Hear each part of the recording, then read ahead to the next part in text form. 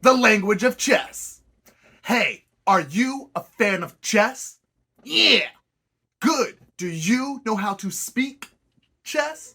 Now, how do you speak chess? I'm glad you asked. Here's the first part of your 10th lesson. Chess is a very complex game with a lot of pieces and a lot of squares on a board. Every time you move a piece to a square, you moved it to a coordinate. What's a coordinate? If you look at a chessboard, it has ranks with numbers on the left-hand side. You'll also find files with letters at the bottom. Every square has a letter and a number coordinate like you see here.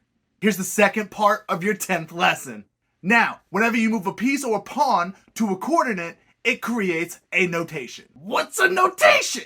Every piece besides the pawns have a letter associated with them. A king is a K, a queen is a Q, a bishop is a B, a rook is an R, and a knight is an N. Ah, because you used the K for the king already. Exactly. When you move a piece to a coordinate, it creates a basic notation like this. Queen to G2, king to C4, knight to C7, and pawn to D4, or simply D4. A pawn movement is simply notated as the coordinate that it moved to. Also, notice the piece letter is capital and the coordinate letter is lowercase. Here's the third part of your 10th lesson. Now, if you capture an opponent's piece, it has its own unique notation. Simply noted by the attacking piece, followed by a lowercase x, then the coordinate in which the captured piece was on. This notation would be pronounced queen takes d5. This one, king takes h8.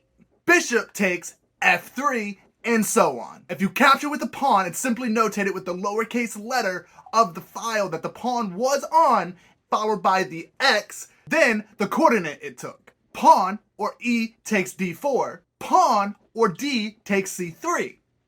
If you have a pair of rooks, or a pair of knights in this case, that can move to the same square, then you would notate that with a capital letter of the piece, followed by the lowercase letter of the file in which that piece is on, followed by an x, then the coordinate it took. Knight b takes d7. Here's the fourth part of your 10th lesson. We've gone over coordinates, basic notation, and capturing notation. Now we're going to take a look at notating castles, checks, and checkmate. First, when you castle kingside or short castle, it's notated with a capital O dash capital O, as you see here. When you castle queenside or long castles, it's notated with 3 O's. Ah, so the number of O's represents how many spaces the rook moves in order to finish the castle.